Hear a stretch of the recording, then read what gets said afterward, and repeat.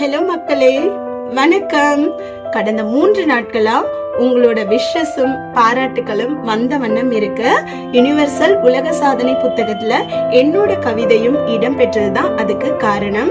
நிறைய லேடிஸ் எனக்கு கண்டினியூஸா மெசேஜ் பண்ணிட்டே இருக்கீங்க. மிஸ், நீங்க எங்களுக்கு ஒரு ரோல் மாடல், உங்களுக்கு எப்படி இது சாத்தியமா இருக்கு, குழந்தைங்களை பாத்துக்கிறீங்க, ஃபேமிலியில நல்ல ஒய்ஃபா மதரா இருக்கீங்க, ஸ்கூல்லயும் நல்ல ஒர்க் பண்றீங்க, டீச்சரா இருக்கீங்க, தென் உங்களால எப்படி இது முடியுது, நீங்க எப்படி இந்த மாதிரி சாதிக்கிறீங்க அப்படின்னு சொல்லி நிறைய கேட்டிருக்கீங்க.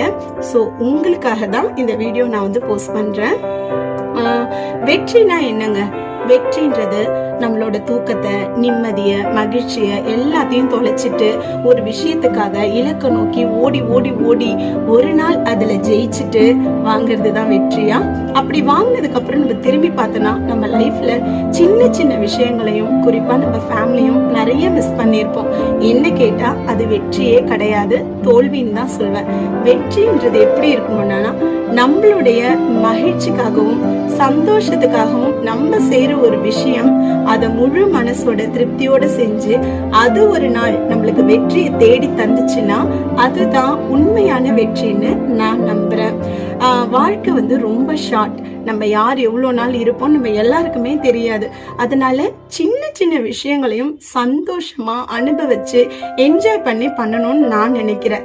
ஏன்னா ஃபேமிலி ரொம்ப ப்ரீஷியஸ் ஒர்க். குடும்பமா இருக்கட்டும், குழந்தைங்களா இருக்கட்டும், நம்ம ஒர்க் பண்ற இடமா இருக்கட்டும், நம்ம ஒர்க்கிங்ல கூட நம்ம செய்யற விஷயங்களை ரொம்ப விரும்பி விருப்பத்தோட செஞ்சோம்னா அதுக்கான பலன் நிச்சயமா நம்மளுக்கு தேடி கிடைக்கும்.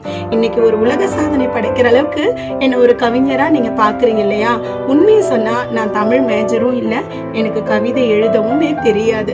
ஒரு காலத்துல விளையாட்டா எழுத ஆரம்பிச்ச ஒரு விஷயம்தான் என்னோட நண்பர்களுக்கு உதவி செய்யறதுக்காக இந்த திறமைய நான் வளர்த்துக்கிட்டேன்.